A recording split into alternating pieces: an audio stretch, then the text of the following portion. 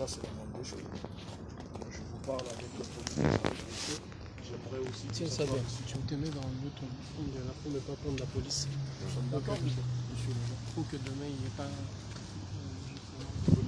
C'est bien vous qui déposez plainte, c'est pas le monsieur. Il est le responsable de l'association qui fait partie du collectif. Je veux donner une information. Oui, il nous connaît, je représente. Je vais représenter. Vous avez un mandat. Je vais représenter tout le monde. Non, mais vous êtes mandaté. Mais oui, parce que c'est notre collectif, c'est moi qui représente en ce moment cette plainte. Donc, Il peut y avoir plusieurs plaintes de portée également. oui, c'est ça qui n'est pas en train de... Donc, vous avez vu, hein, je pense que vous avez tout entendu.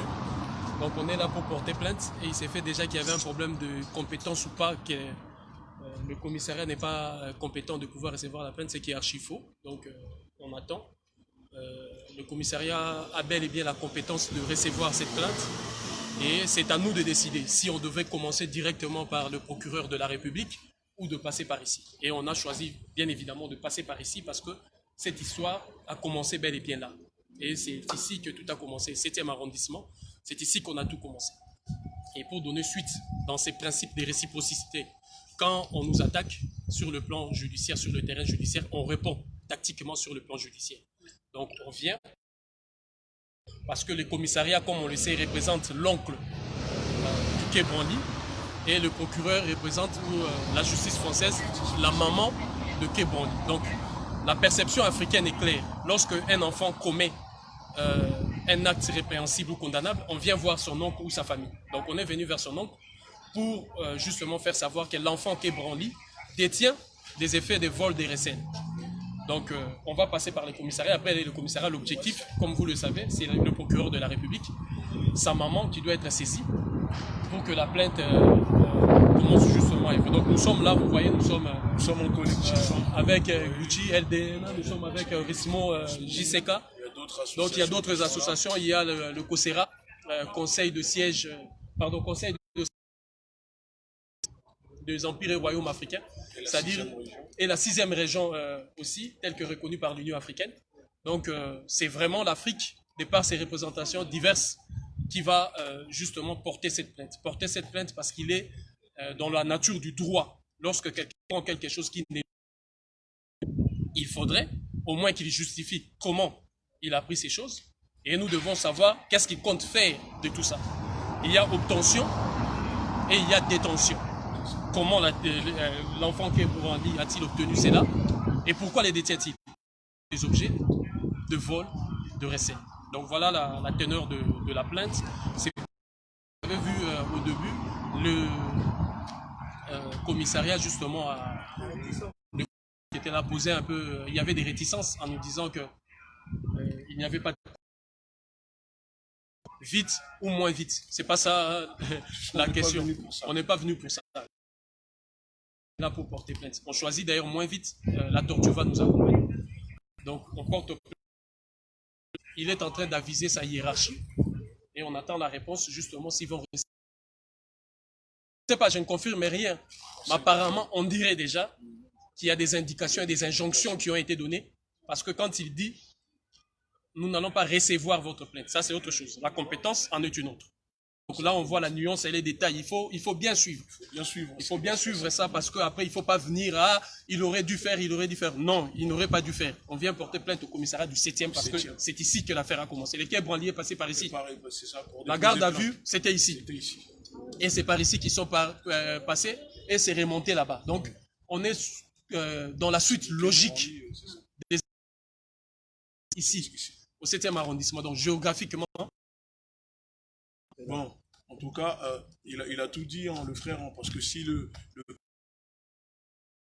commissariat du 7e pour déposer plainte contre notre frère, les objets volés, c'est du recel, il faut comprendre que nous, en 2018, je crois c'est 2018, on a fait aussi une action au musée quai Branly pour demander la restitution de ces biens culturels volés, pillés au prix du sang. Et le directeur du musée quai Branly était d'accord avec nous. La vidéo est disponible en ligne. Vous pouvez aller regarder la vidéo. Ils le disent que oui, qu'ils doivent redonner, restituer ces objets. Mais dans la vidéo, ce qu'ils disaient, c'est: est-ce que vous ne trouvez pas que le fait que ces objets soient en France, on les garde pour vous parce que peut-être en Afrique, il n'y a pas d'endroit pour les... Et j'ai répondu en lui disant, vous savez, quand la France est venue tuant des gens, ces objets étaient quelque part. D'accord? Déjà, ce ne sont pas des objets d'art, ce sont des choses sacrées. Parce qu'aujourd'hui, les gens payent ici en France pour regarder, pour aller visiter, pour regarder ces objets. Nous, sur le continent africain, la population ne peut pas aujourd'hui aller se référencier à son histoire parce que on a tout déporté. En plus d'avoir déporté les êtres humains, ils ont déporté nos richesses, ils ont déporté nos objets, nos biens culturels, ils ont tout déporté du continent. Alors aujourd'hui, il est temps que l'État français, l'État voleur français, impérialiste, l'État négrophobe, esclavagiste et colonialiste qui est l'État français, puisse comprendre que les enfants, les descendants de ces personnes qu'ils n'ont pas pu tuer sont là aujourd'hui pour mener ce combat et réclamer au fait le droit, le retour de nos objets, de ce qui appartient. Ça veut dire la France doit rendre à l'Afrique ce qui appartient. La tête à qui que ce soit, nous ne sommes pas là pour prendre la tête, pour se prendre la tête avec des policiers, mais il faut qu'on nous respecte, qu'on respecte nos droits. Nous sommes venus déposer plainte, nous sommes des citoyens, on a le droit de déposer plainte, de qualifier si notre plainte est recevable ou pas. Ce n'est pas aux policiers de nous dire si on a le droit ou on n'a pas le droit, parce que la police n'a pas le droit, ne peut pas refuser une plainte, et donc ce n'est pas à la police de nous dire les démarches qu'il faut suivre, si on doit déposer plainte ici ou au procureur, etc. Donc il faut bien sûr ce qui va se passer.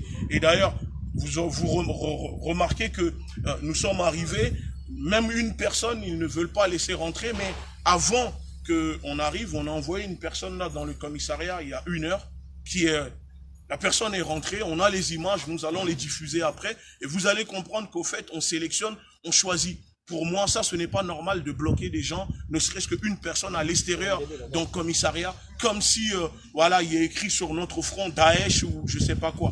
Donc, à un moment, il faut que ça cesse. Moi, je voudrais rajouter une chose par rapport à ce qui a été dit, c'est que tout combat, en fait, de dignité commence toujours par une démarche. La démarche aujourd'hui, en fait, qu'on a décidé. La France recèle des objets qu'elle a volés durant la colonisation. Ce qui fait qu'aujourd'hui, en tant qu'afro-descendants, en tant qu'originaires des pays dont ces objets-là appartiennent, nous demanderons d'un côté des comptes aux mêmes personnes qui sont venues chez nous pour prendre ces objets-là. Ce qui fait que le problème n'est pas en vérité un problème contre la police, armée de l'État.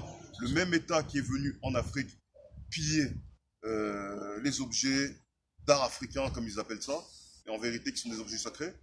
Donc ce qui fait qu'on viendra vis-à-vis aussi de la même police pour l'infraction.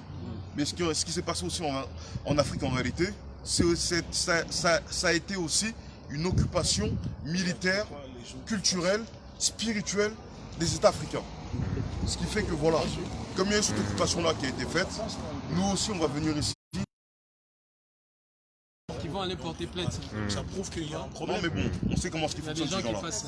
Pour vous dire, Ça va comme aller vous le dites, porter hein, plainte. comme on vous l'a dit plutôt, excusez-moi, Il y a des gens qui c'est fassent, que ça va aller porter on plainte. portera plainte au commissariat du 7e arrondissement, parce que c'est le commissariat, premièrement, sur la zone géographique, qui est proche du quai Branly.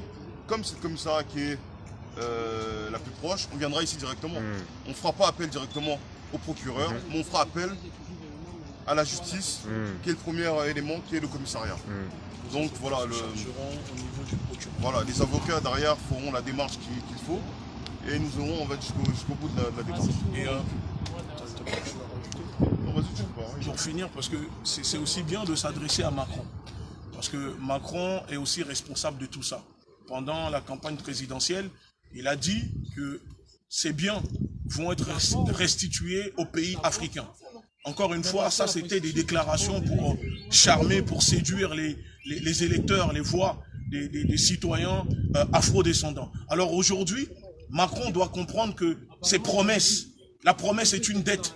Et donc sa promesse est une dette envers l'Afrique, les Africains, les afro-descendants. Et donc il est urgent de restituer ces objets aux pays africains, parce que moi, en tant que descendant du royaume d'Abomey, se trouve au musée du quai Branly le trône, les objets du roi Béhanzin déportés en Martinique par l'État esclavagiste et colonialiste français. Donc il faut restituer ces biens aux pays africains. il y a des gens qui nous diront, oui, certes, que on est dans le passé, qu'on parle d'esclavage, de colonisation.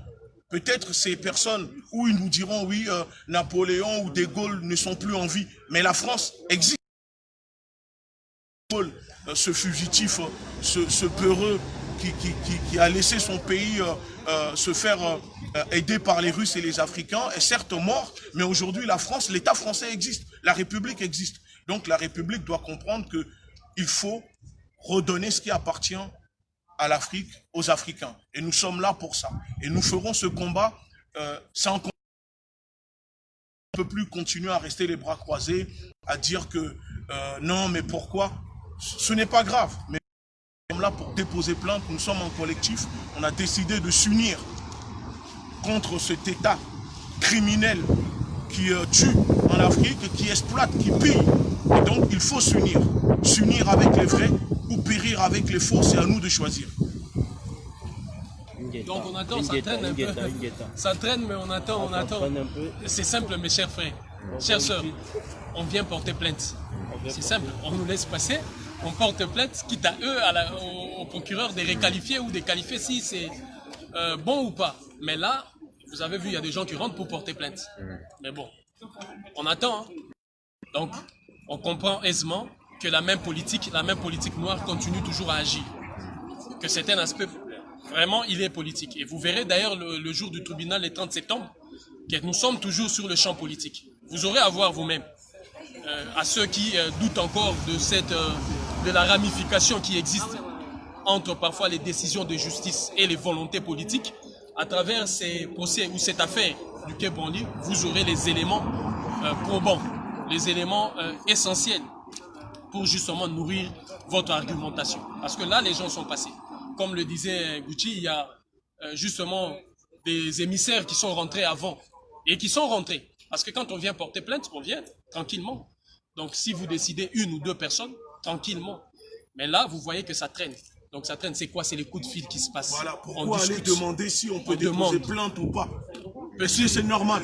Peuvent-ils demander plainte ou pas? Est-ce qu'on arrive pour déposer plainte? D'accord, nous sommes en collectif, des associations, des militants, des activistes, des leaders d'organisations, de mouvements politiques. Est-ce que c'est normal que la police française, le bras armé de l'État impérialiste, avec sa politique, puisse aller demander si on a le droit ou pas de déposer plainte?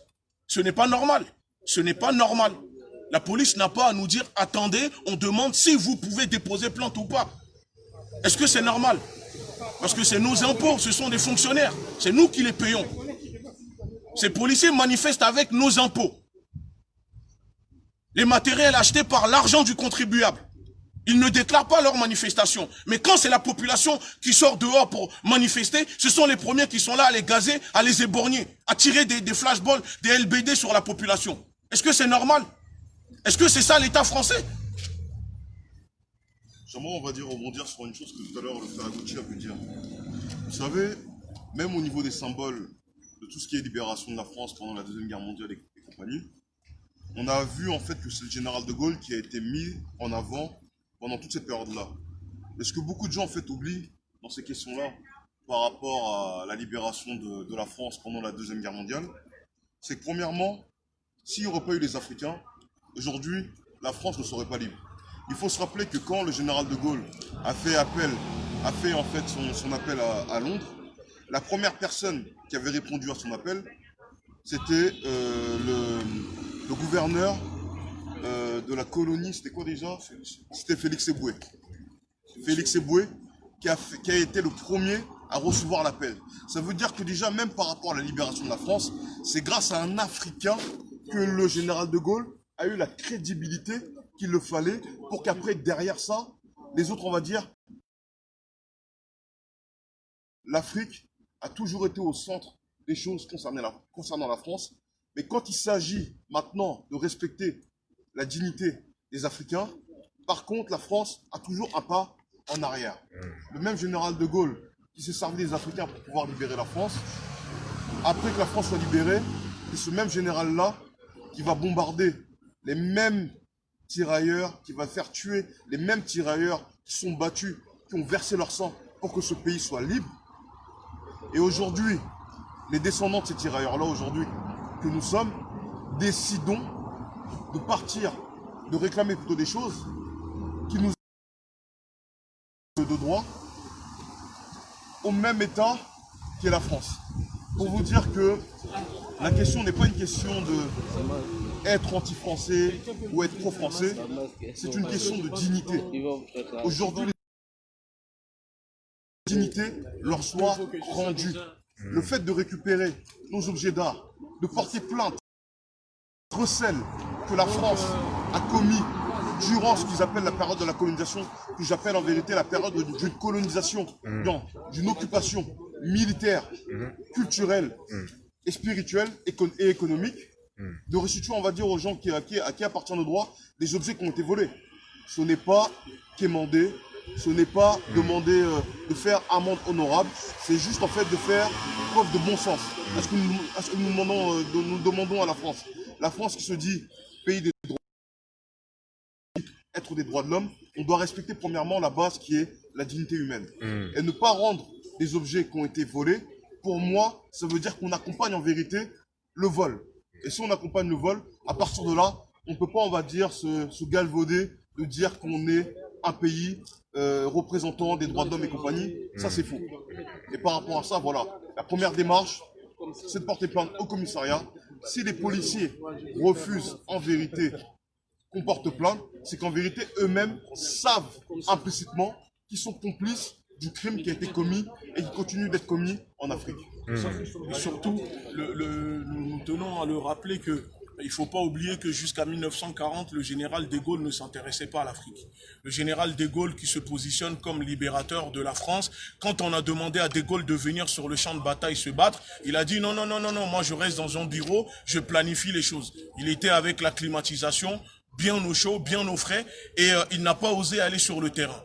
Donc, la France, c'est grâce aux Africains, aux tirailleurs africains et aux Russes qui ont libéré la France. Ce n'est pas, il y avait juste un poignée de résistants à l'intérieur. Là où ça se chauffait, c'était à l'intérieur. Donc quand De Gaulle déclarait Brazzaville au Congo comme capitale de la France libre, donc il faut comprendre les choses qu'aujourd'hui, il ne faut pas mépriser les gens quand on est là à dire la vérité.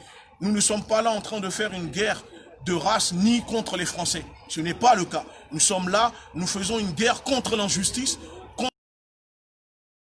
soit de la colonisation, de l'esclavage et du néocolonialisme aujourd'hui qui continue à... Parce qu'aujourd'hui encore en Afrique, il y a les bases militaires. Il y a des militaires qui tuent la population au nom de la lutte contre le terrorisme. Si l'État français n'arrive pas à lutter contre les terroristes ici en France, posez-vous la question, c'est au Mali que la France est capable de lutter contre des terroristes ou au Burkina Faso que ces militaires reviennent en France pour lutter contre les terroristes ici. Donc à un moment, il faut se dire la vérité. Et on le voit que dès qu'on se met à lutter, à dénoncer et à réclamer des choses, on devient tout de suite les personnes à abattre. On a vu le 20 juin, tout simplement parce qu'on a lancé une manifestation pour demander la libération et dénoncer tout cela. Emmanuel Macron n'a pas hésité, avec monsieur le préfet, l'Allemand, à envoyer des policiers pour venir m'attraper, nous mettre en garde à vue, sous le motif de soi-disant manifestation interdite. Dans le même temps, les policiers eux-mêmes sont partis manifester et l'Allemand disait qu'il ne savait pas qui c'est, qu'il ne peut pas localiser les personnes. Il y avait d'autres manifestations. Et quand on pose la question au commissariat, pourquoi vous nous mettez en garde à vue? La réponse était simple. Les autres, on les laisse manifester, mais vous, la Ligue de défense noire africaine, on ne vous laisse pas manifester. Mais manifester en France, c'est un droit constitutionnel. Le préfet n'a pas à décider, autoriser qui a le droit de manifester ou pas. Cela veut dire que si demain, nos revendications dérangent l'État, ça veut dire le préfet nous dira non, on n'a pas le droit de manifester. Non, ce n'est pas au préfet de décider, d'autoriser. Une manifestation, on déclare, c'est tout. Voilà, nous sommes là, s'il faut, nous allons rester là toute la journée et il y aura une plainte qui va être déposée aujourd'hui. À un moment, il faut arrêter de prendre des gens pour des cons. D'accord ? Mais c'est très important. Nous sommes au commissariat du 7e. Parce que quand Macron est passé à la télé pour parler en disant que l'État ne va pas reculer, Macron a eu l'occasion de se taire. Il ne l'a pas saisi. Alors, il faut comprendre que nous, maintenant, nous allons nous mobiliser tous ensemble et faire cette lutte-là. Et dorénavant, ça sera comme ça. Et moi, je rajoute aussi une chose par rapport à ce que tu viens de dire, c'est que Macron avait sorti une phrase lors, je pense quelques temps après son élection, quand il a voulu faire les premières réformes par rapport à la France. Il disait que les Gaulois, les Français qui roulent le diesel, sont des réfractaires au changement. Mais je le retournerai aussi cette phrase-là en disant que aujourd'hui, il y a une vague de changements qui sont en train de s'opérer au niveau du monde. Il commence à avoir une prise de conscience de la part de jeunes générations qui ne s'intéressaient pas hier à la politique. Aujourd'hui, on s'intéresse. Ce qui fait que le changement qu'on est en train d'amorcer est un changement qui est tout à fait naturel. Et les Français qui gèrent l'administration ne doivent pas avoir peur de ce changement-là. Ils ne doivent pas être eux-mêmes, les mêmes personnes qui décriaient pour les autres, être des réfractaires au changement. Parce qu'aujourd'hui, le changement, c'est nous. Qu'ils le veuillent ou qu'ils ne veuillent pas, effectivement, il y a une nouvelle vague qui est arrivée. Et la nouvelle vague ne dit pas que nous détestons la France, nous disons respecter, nous exigeons le respect, nous ne demandons pas, nous exigeons le respect. Et le respect commence par quoi? Commence par faire des actes symboliques, de porter plainte contre des objets qui ont été volés, et que le fait que les biens qui ont été volés à l'Afrique, on est en droit de réclamer notre droit, tout simplement, notre droit. La première base, c'est d'aller porter plainte. Comme Gucci, c'est que aucun policier n'est en droit de vous refuser une plainte. Si vous avez décidé de porter plainte contre une administration, contre une institution, contre une entreprise, en tant qu'individu, vous avez le droit. Et il faut savoir que je crois depuis 2004 ou 2003, il y a une loi qui a été votée qui autorise à ce que les gens puissent porter plainte de manière collective. Et là, ce qu'on a entrepris aujourd'hui, c'est quoi? C'est de ramener en fait une plainte au niveau collectif, parce qu'on se sent en fait lésé en tant qu'Africain, qu'une institution qu'on appelle musée se permette d'exploiter des biens volés. On essaie en fait de répéter ça pour que les gens intègrent ça dans leur tête, que les musées ont des objets qui ont été volés, auxquels on n'a jamais en fait demandé la permission pour détenir ces biens-là. Ce qui fait que, comme le musée a volé des choses, ou du moins des personnes qui sont venues en fait ramener cela au musée, on est en droit de demander à la justice française d'enquêter pour savoir comment est-ce que ces objets-là sont arrivés au musée. Parce que je ne pense pas que ça a été fait d'une manière consentante. Je ne pense pas que les Africains sont venus par eux-mêmes donner ces objets-là au Quai Branly. Ce qui fait que nous, en tant que représentants et dignes fils de l'Afrique, nous sommes en droit de savoir comment ces objets ont atterri au Quai Branly. Donc l'objet de la plainte, elle est simple. C'est de chercher à savoir, de déterminer par quel biais, par quel moyen, par quel circuit ces objets-là sont retrouvés là-bas au Quai Branly. Parce que dernièrement, vous avez pu voir que le camarade Moisoulou était parti au Quai Branly pour retirer, on va dire, des artefacts qui étaient dans ce musée-là. Et par rapport à ça, maintenant, nous on demande, mais pour quelle raison les objets qui auraient été volés, qu'une personne vienne récupérer ces objets-là, elle-même est interpellée et amenée en garde à vue et jugée, sera jugée dans 2 mois et demi, enfin dans 3 mois, hein. Ouais, c'est ça. Dans 2 mois ou 3 mois. Donc c'est-à-dire que nous, en tant qu'Africains, on est en droit de demander aussi à ce qu'une plainte soit émise contre. Bien sûr. Parce que c'est tout à fait anormal qu'on entende que le Quai Branly s'enrichisse avec des objets africains qui sont considérés soi-disant comme des objets de sorcellerie et autres. Les mêmes personnes qui traitaient notre culture, non même qui disaient que l'Afrique n'était jamais rentrée dans l'histoire. N'est jamais rentrée dans l'histoire. Mais les musées, c'est quoi? Un musée, c'est quoi? C'est un endroit où est-ce qu'on expose des objets historiques. C'est ça. Sarkozy qui disait que l'Afrique n'est jamais rentrée dans l'histoire. Mais la même Afrique qui n'a pas d'histoire, on s'enrichit à travers des œuvres d'art ou des ouvrages africains. Vous voyez un peu comme on dit le deux poids deux mesures. Donc ce qui fait que voilà, on demande à ce que ce soit. Moi je peux rentrer. Comment? Il fait gaulois. Pardon? Non, pas la décision sur ça, mais je peux rentrer, moi, aller voir.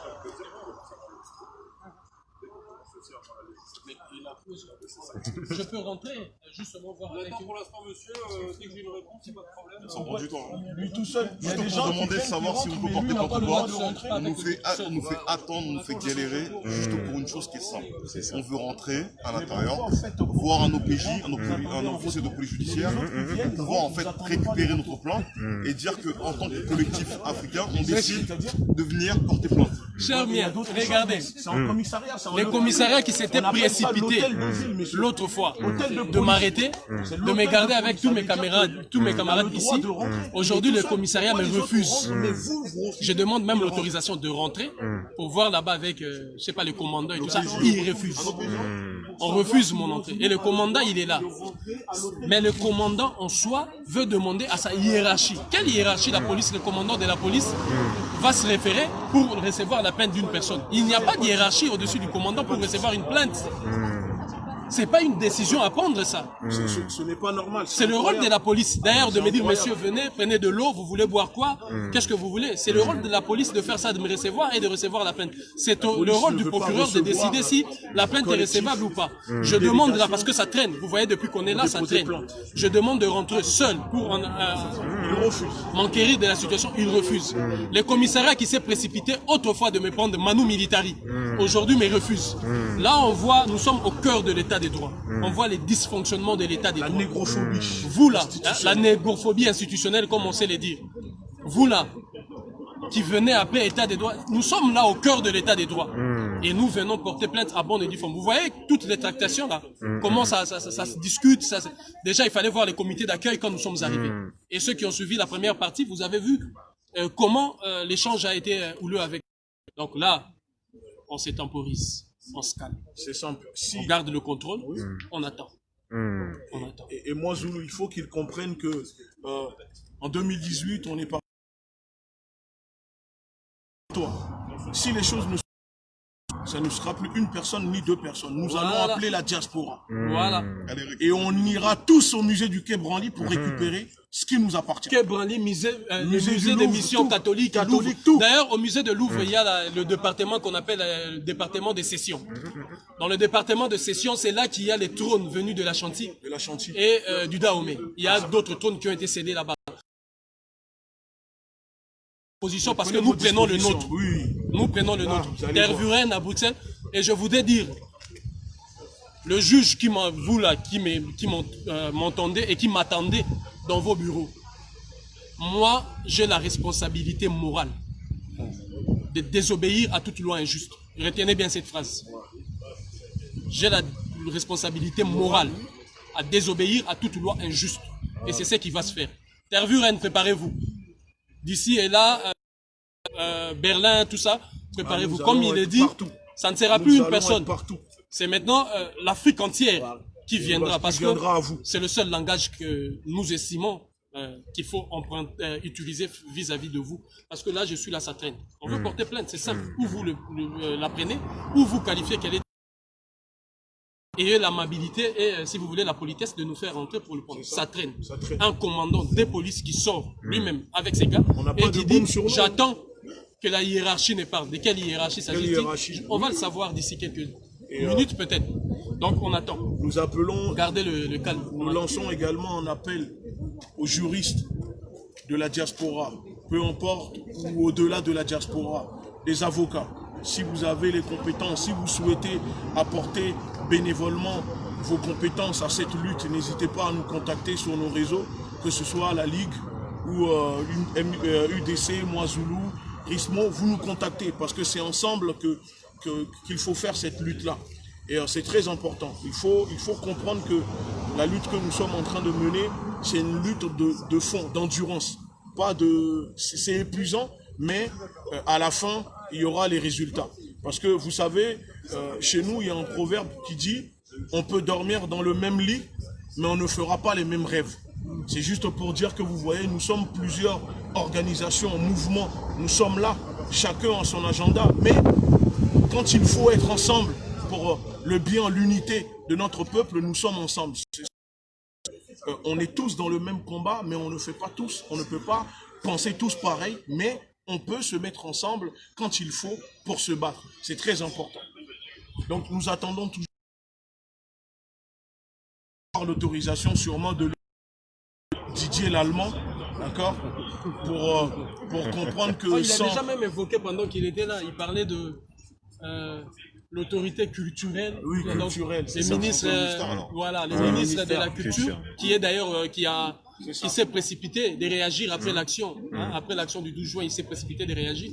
Donc on voit aisément les autorités culturelles, c'est-à-dire politiques, ça devient politique au cœur de la chose. Alors on verra aisément si les dirigeants africains palpent, si l'on veut dire, la profondeur et toutes les nuances de ces mots-là que l'on dit dignité. Parce que là, on voit aisément comment l'état des droits répond quand il s'agit même d'aller sur son terrain de l'état des droits. Parce que là, nous sommes sur le terrain de l'état des droits. On vient porter plainte. C'est justement la consécration de l'état des droits. Et il fallait plébisciter cet acte parce qu'il relève justement de la fortification et de la consolidation des bases ou des fondements de l'état des droits. Mais justement là, on évite même, c'est qu'en est le soubassement ou le fondement sur lequel repose l'État français et toutes les démocraties occidentales. Et là, on va vérifier justement quelle est la puissance. Vous voyez, quand vous parlez de l'état des droits, quand il faut accuser quelqu'un qui a fait je ne sais quoi, l'état des droits se précipite. Mais quand il faut mettre sur le banc des accusés les vrais criminels et les vrais coupables, vous voyez comment l'état des droits réchine. Donc, et nous appelons également aussi les Français qui sont contre cette politique impérialiste de la France, cette politique génocidaire, néocolonialiste de l'État français, à rejoindre la cause du peuple noir, du peuple africain. Parce que si demain les peuples africains se libèrent, vous saurez aussi vous libérer de cet État, de cette minorité, de cette aristocratie, de cette bourgeoisie qui vous dépouille, qui s'engraisse, qui s'enrichissent sur votre dos pendant que vous êtes en train de mourir du Covid-19. Vous voyez aujourd'hui ce qui se passe. Donc c'est très important aussi pour vous de rejoindre cette cause-là. Nous tendons la main à tout le monde et vous êtes les bienvenus.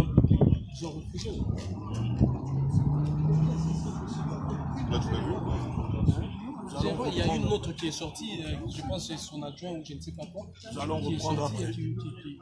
Qui répare la page. Sommes là. On va reprendre après.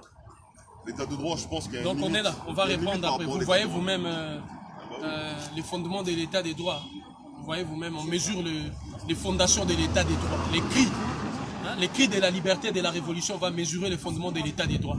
Est-ce que l'état des droits va-t-il résister face aux cris de la liberté et de la dignité que nous sommes en train de porter aujourd'hui? Donc on va vérifier le fondement solide de l'état des droits. Vous voyez, dans un match de tennis, quand on veut marquer un point, on joue intelligemment. Là où l'adversaire n'est pas, ou fortement, là où se présente l'adversaire. Serena Williams et Venus Williams connaissent bien ce que je suis en train de dire. Déposer plainte, nous sommes en collectif et la personne même qui doit rentrer, la police bloque, refuse de laisser rentrer la personne que nous avons choisie. Donc, je ne sais pas s'il y a pas dire un mot aux personnes. Attends. C'est ça, en fait. Allô? Oui, excusez-moi, là nous sommes en direct avec. Pourquoi? Est-ce que je peux avoir un policier? L'avocat demande pourquoi vous ne laissez pas rentrer la personne qui souhaite déposer son plainte. Parce que ils disent qu'ils ne savent pas. Ils ne savent pas qu'apparemment il faut demander l'autorisation à qui? Ils doivent demander autorisation à qui? Moi, Zoulou, à sa hiérarchie. À la hiérarchie pour que moi, Zoulou, puisse rentrer et déposer plainte.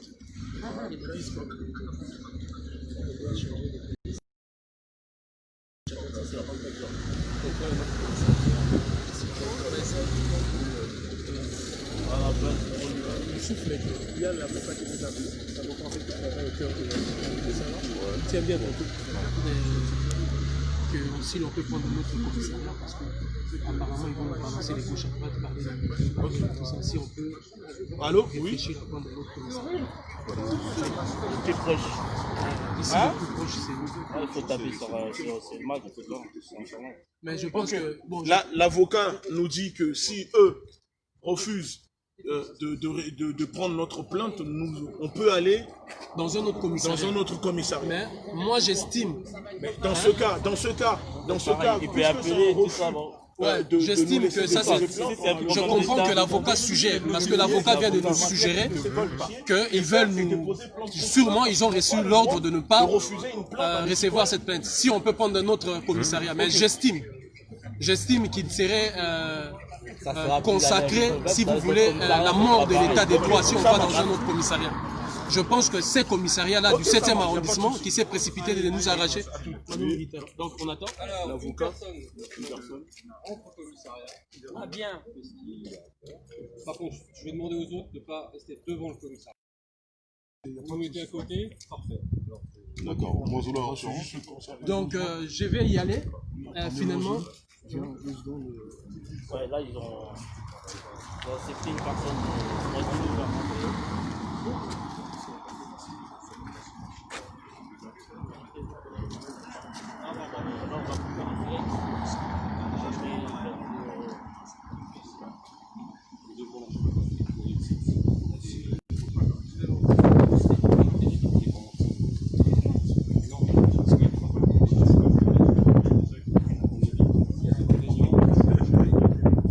Quand les personnes sortiront, vous me direz. Donc je vais y aller là. Est-ce que je vais couper une cigarette quand même? Ils vont pas laisser rentrer chez moi. Comment? Partager. D'accord, ok, pas de souci. Parce qu'ils vont pas laisser filmer, hein, c'est sûr. Donc je vais y aller, je suis autorisé. Bon, viens avec la caméra, toi. S'il vous plaît. On va se mettre à côté. Merci. Viens là, Merci à vous. voilà. Nous allons reprendre le direct après. On va se Ouais.